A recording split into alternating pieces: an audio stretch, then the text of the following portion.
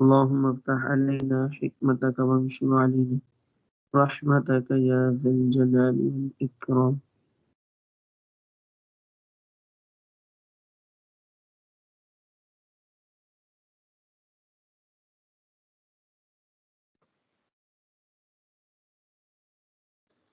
اللهم رب اشرح لي صدري ويسر لي أمري واحلل عقدة من لساني يفقه قولي.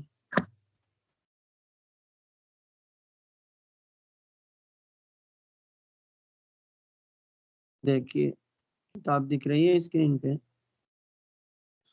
جی دکھ رہی ہے. جی دیکھیے صفحہ نمبر 217. بسم اللہ الرحمن الرحیم. مسجد یا بستر وغیرہ پر کچھ آیت وغیرہ لکھنے کے احکام. مسجد کی دیواروں پر اور بستر یعنی تکیہ یا چادر وغیرہ پر لکھنے کے متعلق یہاں بیان کریں. مسئلہ نمبر 6. مسجد کی دیواروں اور محرابوں پر قرآن کی آیت لکھنا اچھا نہیں. کیوں اچھا نہیں ہے؟ اس کی وجہ بھی بیان فرما. اس لیے کہ ڈر ہے، اندیشہ ہے اس بات کا یہ کہ وہاں سے وہ حروف گریں گے اور نیچے پاؤں کے آئیں گے. آپ نے دیکھا ہوگا بہت سے قلعے ایسے ہیں پرانے جن پہ آیت لکھی ہوئی تھی اور وہ پھر وہاں سے جھڑ جھڑ کر کے گرنے شروع ہوئے. 100 سال 500 سال 250 سال پرانے جو قلعے وغیرہ بہت سے ہیں یا عمارتیں جن میں قرآنی آیات لکھی گئی تھی کسی زمانے میں، وہ جھڑ کے گر رہی ہیں اور اس پہ آنے جانے والے کو احساس بھی نہیں ہو رہا کہ یہ جو ذرات ہے قرآنی آیات کے گرے. تو یہ جو ہے کہ اس وجہ سے فرمایا کہ مسجد کی دیواروں اور محرابوں پر قرآن لکھنا اچھا نہیں، اس لیے کہ ڈر ہے کہ وہاں سے گرے اور پاؤں کے نیچے پڑے. اور اسی بے ادبی کی وجہ سے تکیہ، فرش، بستر و دسترخوان، جائے نماز پر بھی آیت یا حدیث یا شعر وغیرہ لکھنا منع ہے. کیونکہ کپڑے پر لکھنے سے کپڑا ایک نہ ایک دن پرانا ہوتا ہے اور وہ استعمال میں ہے تو یک بارگی وہ جو نہیں ہوگا بلکہ اس میں سے تھوڑے تھوڑے ذرات جھڑنے شروع ہوں گے اور یہ جو ہے کہ بے ادبی ہوگی. اسی طریقے سے جو ہے کہ پینٹ وغیرہ سے اگر لکھا تو وہ پینٹ بہت سے ہیں کہ پھر وہ اکھڑ کر پانی لگنے کے بعد اکھڑتے ہیں پھر وہاں سے جھڑنے لگتے ہیں. تو اس لیے اس سے بچنا چاہیے. ہاں ان چیزوں کا امکان نہ ہو، بالکل وہ فکس ہو گیا جیسا لکھ دیا ویسا ہی رہے گا ہمیشہ، تو پھر اس کی بات جدا ہے. مسجد میں کوئی گندگی میل وغیرہ ڈالنے کے احکام. مسجد میں وضو کرنا یا مسجد کی دیواروں پر چٹائی پر یا چٹائی کے نیچے ناک، تھوک، میل وغیرہ ڈالنا منع ہے.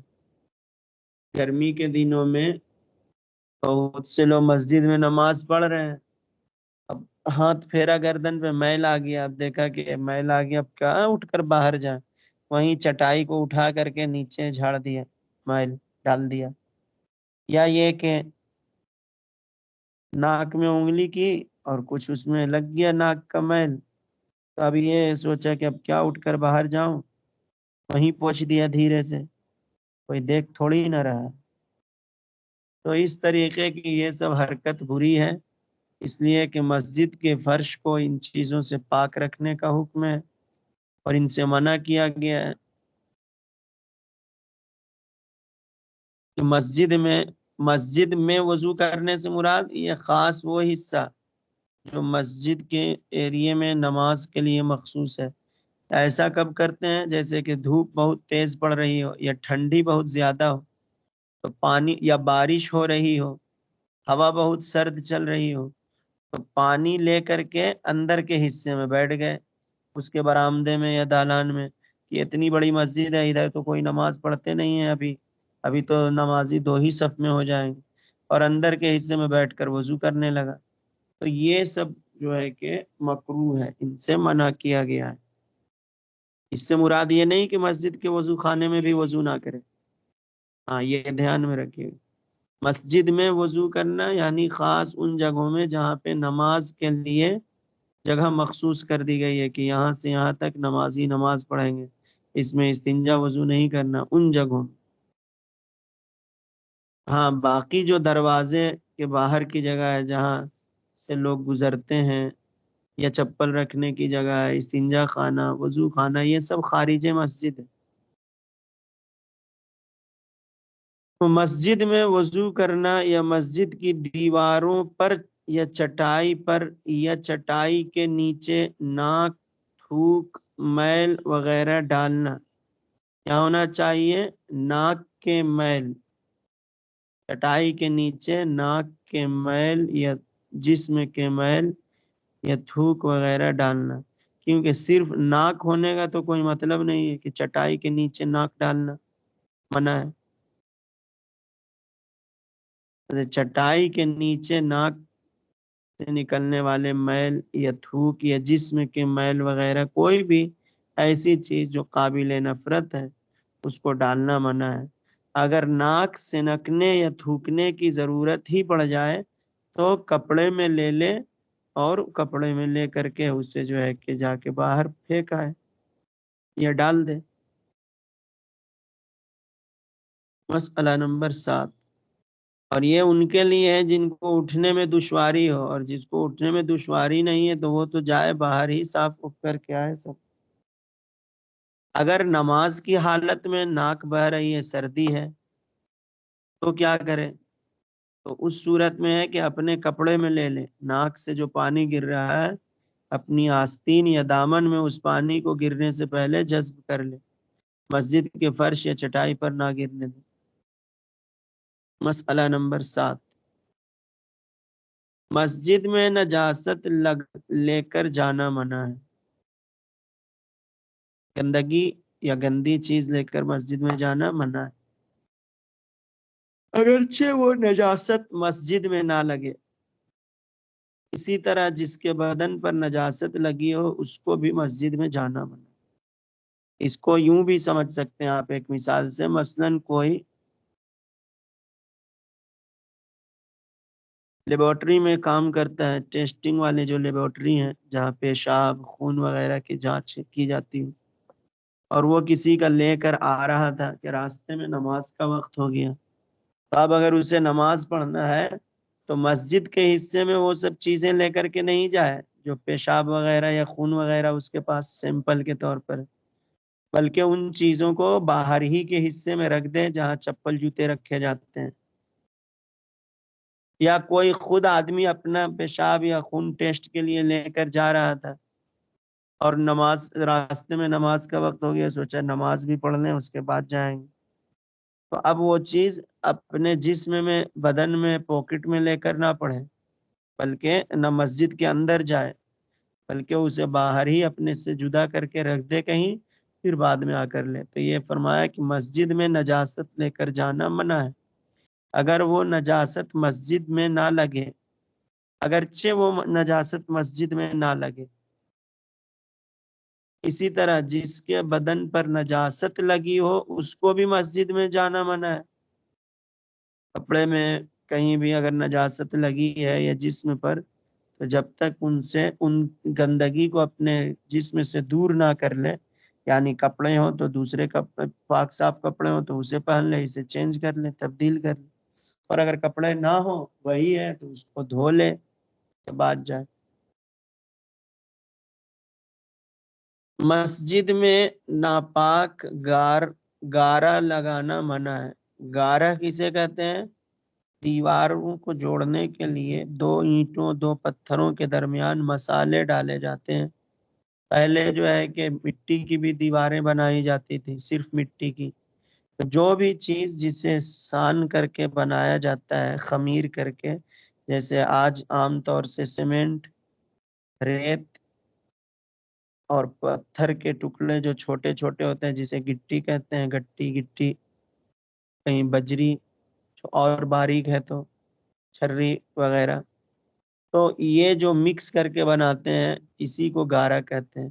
اسی زمانے میں گڑ، گیرو اور جو ہے کہ چونا، لال مٹی کو کہتے ہیں گیرو، یہ چیزیں ملا کر کے اور ندی میں جو چھوٹے چھوٹے کنکر ہوتے تھے ان سب کو ملا کر کے مسالے بنائے جاتے تھے دیوار جوڑنے کے لیے۔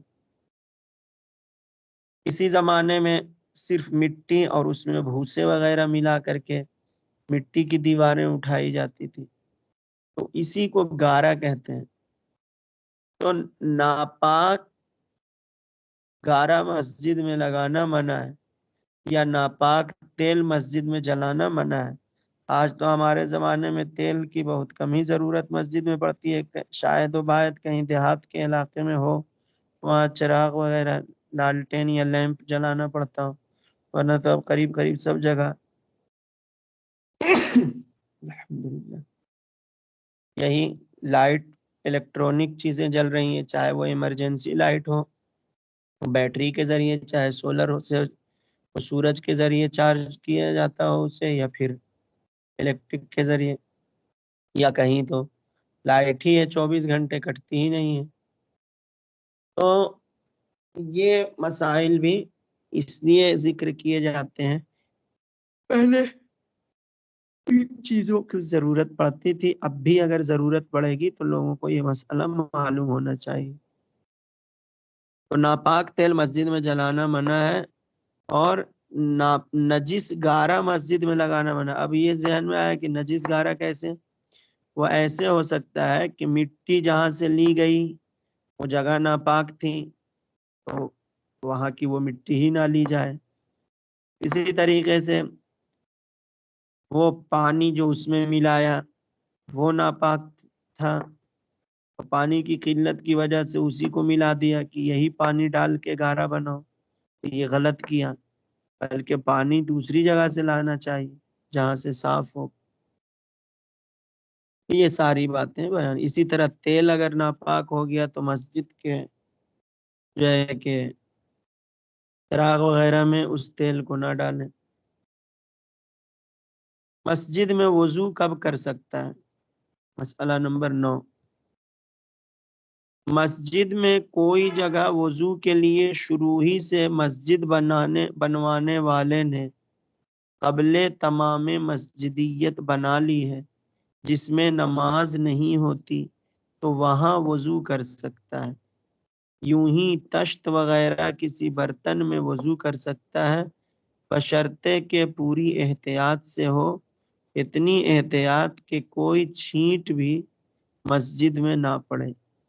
یعنی مسجد کے اندرونی حصے میں وضو ایک شرط کے ساتھ کر سکتا ہے، جبکہ کسی بڑے برتن وغیرہ میں وضو کرے اور اس کے جسم سے جدا ہونے والا سارا پانی بلکہ چھینٹ بھی برتن ہی میں جائے، اس سے باہر نہ نکلے۔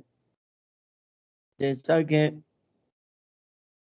یہ بعض صورتوں میں ہو سکتا ہے، جیسے کوئی شخص رمضان کے دنوں میں اعتکاف کی نیت سے مسجد میں ٹھہر گیا، اب وہ کمزور و ضعیف شخص ہے اور رات برسات کی ہے، تاریک رات ہے، کہ اسے مسجد کے باہر جانے میں گرنے پڑنے کا خطرہ ہے، وضو کرنے کی اسے ضرورت ہے، یا تیز آندھی یا بارش آ گئی ہے جس میں وہ نکلے تو بھیگ کر بیمار پڑنے کا خطرہ ہے، تو ایسی صورت میں وضو بھی اسے کرنے کی ضرورت آئی۔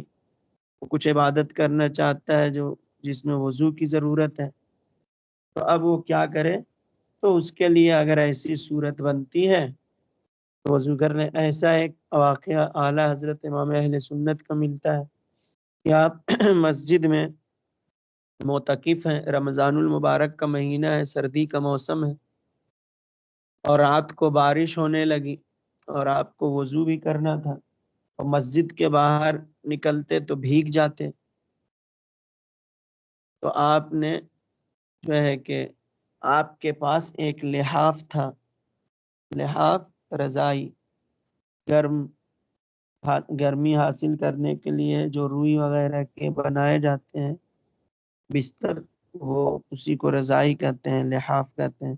یہ اس کی وضاحت اس لیے کر رہا ہوں کہ میں جس علاقے میں ہوں ابھی فی الحال کرناٹک کے، یہاں بعض ایسے لوگوں کو بھی میں نے دیکھا کہ جو رضائی اور لحاف سمجھتے ہی نہیں، بس بلینکٹ سمجھتے ہیں جس کے معنی کمبل ہوتا ہے، کیونکہ ادھر ٹھنڈی زیادہ پڑتی ہی نہیں ہے، ہلکی پھلکی ٹھنڈی پڑتی ہے تو ان کا کام تو کمبل ہی سے چل جاتا ہے، اور مجھ جیسے لوگوں کا تو چادر ہی سے چل جاتا ہے، کیونکہ جو ان کے نزدیک ٹھنڈی ہے وہ ہم لوگوں کے لیے تو گلابی ٹھنڈی ہے۔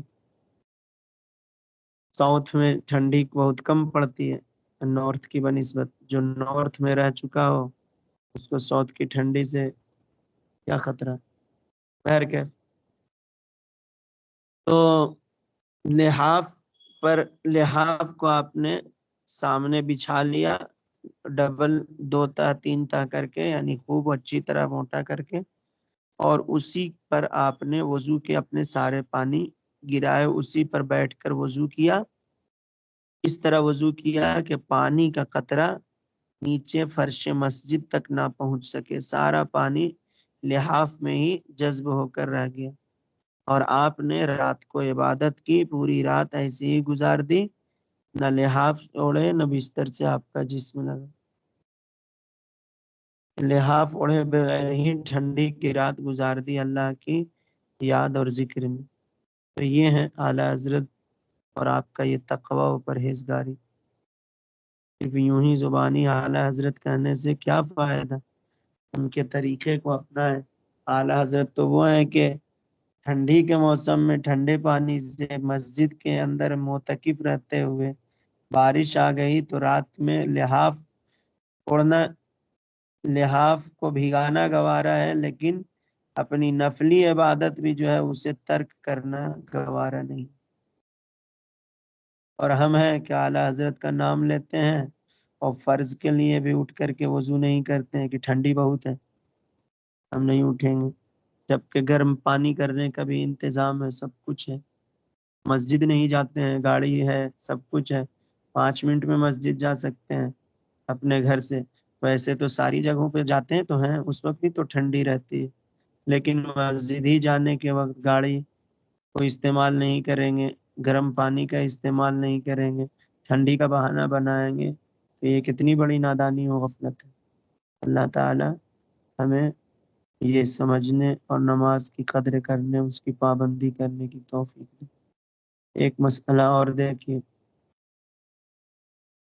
مسئلہ نمبر 10، وضو کے بعد منہ اور ہاتھ سے پانی پوچھ کر مسجد میں جھاڑتے ہیں، یہ ناجائز ہے۔ بعض ایسے لوگ ہیں جو رومال وغیرہ تو رکھتے نہیں ہیں، اور وضو کرنے کے بعد جو ہاتھ کا چہرے کا پانی ہے اسے کانچ کانچ کر سوٹ سوٹ کر جھاڑتے ہیں، اور یہ مسجد کے فرش پر گرتا اور پڑتا ہے، تو یہ بھی کرنا منع ہے، ہاتھ جھاڑنا بھی منع ہے اور مسجد کے فرش پر گرانا یہ بھی منع ہے، یہ دونوں چیزیں منع ہے، یعنی مسجد کے فرش پر بھی نہ گرائیں اور جھاڑیں بھی نہیں، پھر کیا کریں؟ بس اتنا کر سکتے ہیں کہ یا تو رومال رکھیں کوئی کہ جو ٹپکنے والا پانی ہے اس کو ہلکا خشک کر لیں تاکہ ٹپکے نہیں مسجد میں، آپ کے کپڑے پر بھی نہ ٹپکے، آپ کے جسم پہ جو کپڑا ہے، اور یا دوسرا یہ آپ کر سکتے ہیں رومال نہیں ہے تو مسجد کے جو رومال ہے اس کو استعمال کریں جو استعمال کرنے کے لیے رکھا گیا، یا پھر یہ کہ وہ بھی نہیں ہے آپ جو ہے کہ اپنے ہاتھ کو سونٹ کر کے پانی بس جو گر رہا ہے بس اتنا گرنے دیں، جھٹکے نہیں، ہاتھ کو جھٹکا نہیں دیں، جھٹکے نہیں، اور نہ جھاڑیں، کیونکہ جھاڑنے کو منع کیا گیا۔ دیکھیں مسجد میں جو کوڑا وغیرہ نکلے اسے کیا کریں؟ مسجد کا کوڑا جھاڑ کر کسی ایسی جگہ نہ ڈالے جہاں بے ادبی ہو، یہ بھی دیکھیں، اس میں بھی بہت سے لوگ لاپرواہی کرتے ہیں، جہاں سارے کوڑے پھینکے جاتے ہیں وہیں مسجد کا بھی کوڑا نکال کر پھینک دیا جاتا ہے، ادھر ادھر گندی جگہوں میں، نالی میں، تو جہاں لوگ چل رہے ہیں اس میں ڈال دیتے ہیں۔ تو مسجد یہ اللہ کا گھر ہے، اسے خصوصی اہمیت حاصل ہے، اس گھر کو عبادت ہی کے لیے بنایا گیا، بلکہ جو یہاں آئے اور بسم اللہ پڑھ کر اعتکاف کی نیت کے ساتھ بیٹھ جائے تو وہ کچھ نہ بھی کرے تو بھی عبادت کا اس کا میٹر چالو ہو جاتا ہے، فرشتے اس کی نیکیاں لکھنے لگتے ہیں ہر سانس کے بدلے۔ تو لہٰذا اس گھر کی شان و عظمت جدا ہے دیگر گھروں سے، لہٰذا مسجد کے کوڑے جو نکلے جھاڑو دینے کے بعد، صفائی کرنے کے بعد، ان کو ایسی جگہ ڈالیں جو جہاں بے ادبی نہ ہو، یا تو ایسی جگہ کہ جہاں لوگوں کا قدم نہ پڑتا ہو، یا پھر ایسی جگہ ڈالیں کہ جو جگہ کوئی ایسی ہے کہ ادھر سے کوئی گزرتا نہ ہو۔ مسجد کے دھول اور گرد میں بھی بڑی برکت ہے۔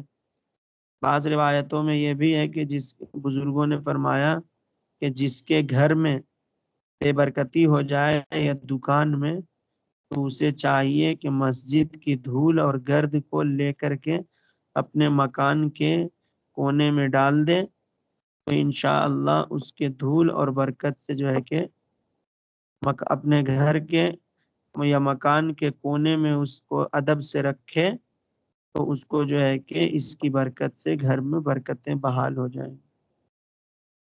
اور پھر ایک اور یہ بھی فضیلت بتائی گئی کہ جس کی شادی نہ ہوتی ہو، رشتے نہ آتے ہوں ٹھیک ٹھاک، اور وہ چاہتا ہے کہ اس کی شادی جلد ہو جائے، تو اسے مسجد کی صفائی ستھرائی میں شرکت کرنی چاہیے۔